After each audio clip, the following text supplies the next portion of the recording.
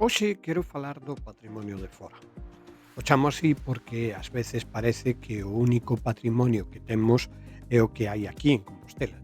De feito, hai un consorcio que canaliza o diñeiro que chega do Estado, da Xunta e do Concello e planifica a restauración e mantemento, pero hai tamén un patrimonio máis alá de Compostela, portas para fora. Unha das miñas teimas é a falta de colaboración de Compostela cos concellos da Bisbarra.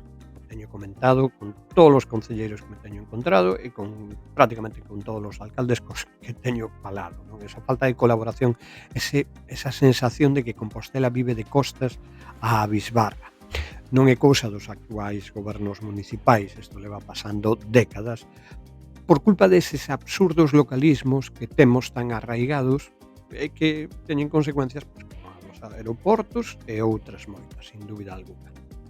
Ademais de esa teima, hai unha cousa que me molesta e que me molesta moitísimo, e é saír da Praza do Obradoiro e que me ofrezan visitar as Rías Baixas ou Fisterra. Sin dúbida, lugares preciosos, non digo eu que non. Calquera dos dous sitios paga a pena. Pero a 20 minutos, a 30 minutos, temos xoias que ver e que promocionar. Pero por algunha absurda razón, hai quen pensa que o turismo dos concellos da Bisbarra, Padrón, Touro, Melide, Brión, son competencia de Santiago. Aínda que non se atrevan a dicilo en voz alta. Pero ao final, a, a sensación que se ten é que hai un lobby, por dicilo así, na cidade que pensa que promocionar eses concellos é algo que vai a prexudicar a Compostela. Vamos poñer algúns exemplos.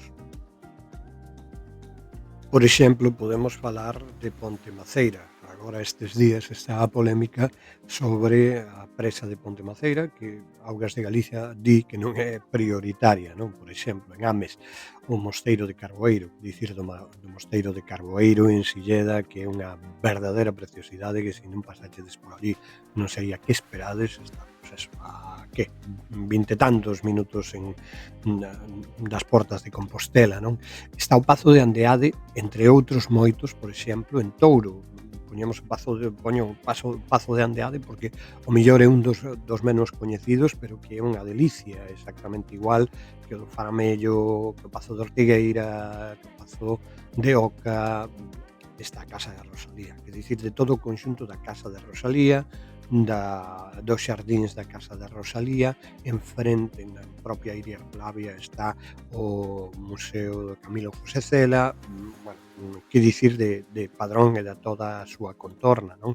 Temos, como dicía, o Pazo de Faramello, os xardíns do Pazo de Faramello que pasan a ser parte do itinerario cultural europeo de xardíns históricos, hai unhas semanas que facían, pero que, bueno, son unha verdadeira maravilla e que ademais levan xa uns anos traballando para recuperar máis, para poñelo mellor, para digamos que sexa un sitio moi especial.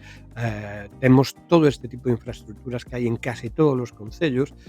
Touro, en este caso, rehabilitará os baños de Brandelos, pero como os baños e lavadoiros os hai en todos os concellos, non? Podemos falar de Prades, que está rehabilitando o muiño da Ponte Carballo. Os muiños son outras infraestructuras, outras estruturas realmente especiais que hai en toda a Bisbarra, non?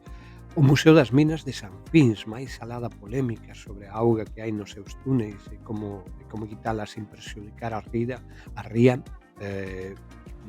as minas de San Fins contan unha historia increíble arredor da extracción de wolframio, unha historia increíble que se viviu aquí na Segunda Guerra Mundial, de todo o que pasou ali. Bueno, realmente un lugar para visitar e que eu creo que cada ano crece en visitantes, pero que sen duda probablemente os de máis cerca non a coñezamos, non? En Santiago pois temos os lavadoiros, como o de Sar, que é espectacular, con 7 postos, creo que era 7 postos de traballo que foi recuperado, limpado pola veciñanza, é unha maravilla tamén.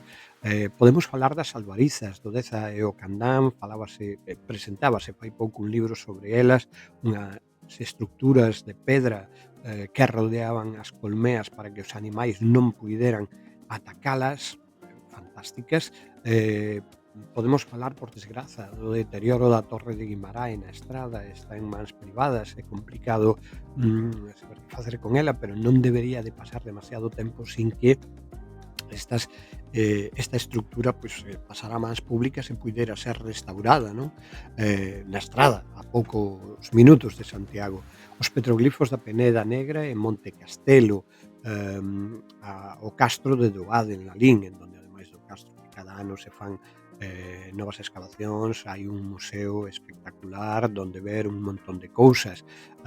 Temos o Pico Sacro con un montón de lendas, con un montón de historias, cunhas covas as que despois de ser limpadas agora cada certo tempo fanse visitas guiadas, o sea que os aficionados á espeleoloxía teñen ali tamén un punto moi especial, pois a 15, 20 minutos de Compostela. Dodro e Incipit e o CSIC están colaborando nun estudo sobre a percepción dos petroglifos de Bouza Bandín en Dodro, porque realmente o que sucede é que temos petroglifos por toda a bisbarra, e son moi interesantes para definir como era Galiza hai bastante tempo.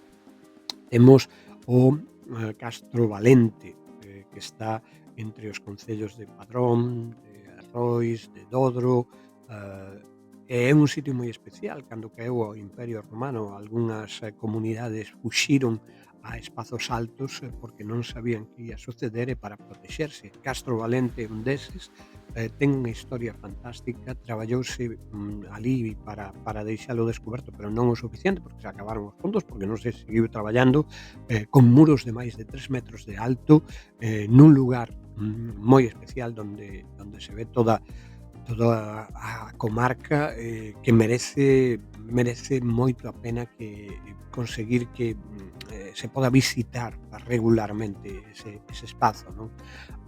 O hórreo de Miguéns en Dodro, por exemplo, un hórreo moi especial, único, sin dúbida algunha.